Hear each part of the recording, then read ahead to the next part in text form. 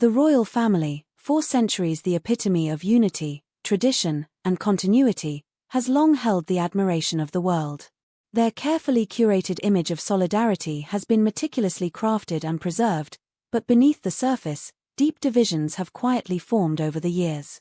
What was once a picture of harmonious family life, underpinned by loyalty and duty, has become the stage for a dramatic, deeply unsettling power struggle. A struggle that came to a head during the coronation of King Charles III, where tensions that had been simmering for months finally reached a boiling point. The royal family, for the first time in many years, is now being torn apart by personal rivalries, each one more destructive than the last. The center of this royal crisis lies not with King Charles, nor even Prince William, but with two women, Queen Camilla and Princess Catherine, who were once thought to have a relationship based on mutual respect and understanding.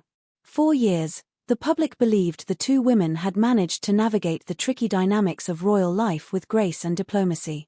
But what was once an uneasy but functional alliance has now crumbled into open discord. The rivalry between them, once concealed behind carefully crafted smiles and public appearances, has now exploded into the open. What began as a quiet disagreement over issues of rank, loyalty, and recognition has now become an all-consuming battle for power and control, one that threatens to fracture the very foundation of the monarchy itself. Royal biographer Tom Bower has been vocal about the fractures within the royal family, noting that these tensions, although brewing beneath the surface for some time, have now reached the point of no return. The rivalry between Queen Camilla and Princess Catherine has become impossible to ignore, particularly following the coronation, a public event that should have symbolized the unity of the royal family. Instead, it only served to highlight the divisions and the deep-rooted struggles for recognition and power that have been tearing at the fabric of the royal household for months. The drama began in a seemingly minor but incredibly symbolic detail: the guest list for the coronation. To an outsider, this might seem trivial, but within the royal family, where every gesture is scrutinized, every invitation carries weight.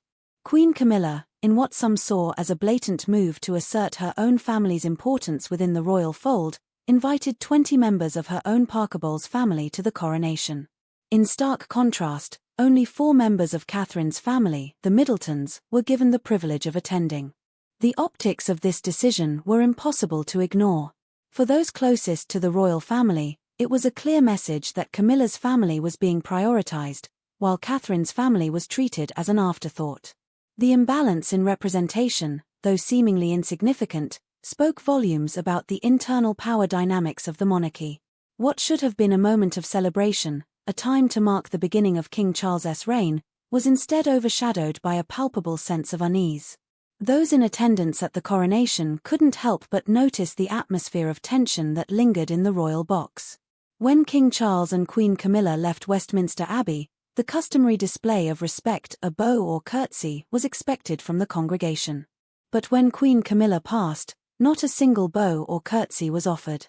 The slight was not lost on the crowd, and it was clear that this was no mere coincidence. It was an act of defiance, a carefully orchestrated protest against Camilla that could not be ignored.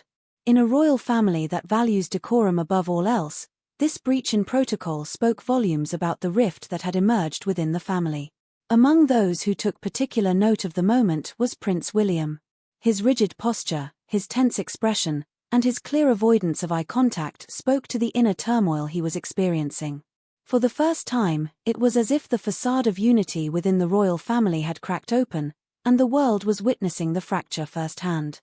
As he stood beside his wife, Princess Catherine, the weight of the moment seemed to settle heavily upon him. His wife's growing rift with Queen Camilla was now undeniable, and the tension between the two women could no longer be ignored. The situation reached a boiling point when Princess Catherine, unable to contain her frustration any longer, demanded a private meeting with Queen Camilla. The setting was Buckingham Palace, a place synonymous with royal decorum and diplomacy, but today it would serve as the battleground for a confrontation that had been brewing for months. Behind the closed doors of the palace, away from the watchful eyes of the press, the two women finally came face to face. Catherine, calm but steely-eyed, entered the room with the demeanor of a woman who knew the stakes of what was about to transpire. Her expression was measured, but beneath the surface, her resolve was ironclad. She had prepared for this moment for a long time. Camilla, as always, exuded a regal composure. But there was something in the air that day, something electric, something that made her eyes narrow ever so slightly as she watched Catherine. This was not a typical royal encounter. This was not a polite exchange of pleasantries or a public display of unity for the sake of the press. This was a confrontation. The stakes could not have been higher, and both women knew it. This meeting, these words, could change the course of their relationship and, by extension, the future of the monarchy itself. "I do not wish to cause discord, Your Majesty," Catherine began, her voice steady but laced with quiet indignation. "But I cannot ignore the obvious slight." Her words were deliberate, and the tension between the two women was palpable. "My family, William's family, deserved to be there equally. The coronation was not just about you and King Charles. It was about the entire royal family. Yet, the Middletons were treated as if we were outsiders." Camila'S face remained a study in impassivity, but those who knew her best could see the flicker of frustration that flashed in her eyes. She didn't speak immediately, but her fingers tightened around the teacup she had been holding. The silence stretched between them, heavy with unspoken emotions. Finally, Camilla set the cup down with a quiet but deliberate motion. The sound of the china clinking echoed in the otherwise silent room. Catherine continued, her voice calm but with a new layer of authority. "You must understand, Your Majesty, that this is about more than just family connections. This is about the tradition of maintaining royal order, about what is right and just within the family." She paused, her gaze unwavering as she met Camila'S eyes. "The Parker Bowles family has stood by my side through every challenge, every hardship. They have been my rock when others turned their backs. But my family, the Middletons, who have been with us from the very beginning, deserve to be treated with the same respect. Our loyalty has been unwavering, and it was a cornerstone of the monarchy's transition."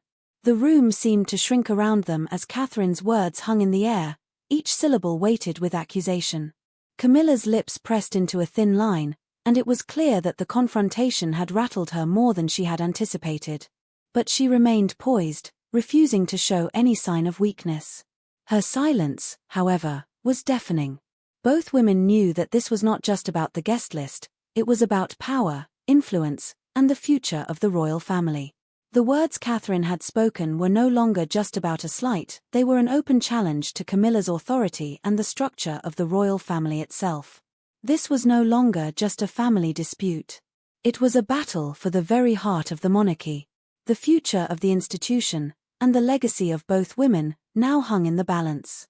The tension that had been building for months was now at its peak, and neither woman knew what the future held. In the days that followed, the ripples of this confrontation would continue to reverberate throughout the royal family, further deepening the rift between Camilla and Catherine. The coronation, a moment that should have solidified the unity of the royal family, instead became the turning point in a rivalry that would define the future of the monarchy for generations to come. The royal family, once an unshakable symbol of stability, now found itself at the mercy of personal ambitions and old grievances, threatening to reshape the very institution it had once sought to protect.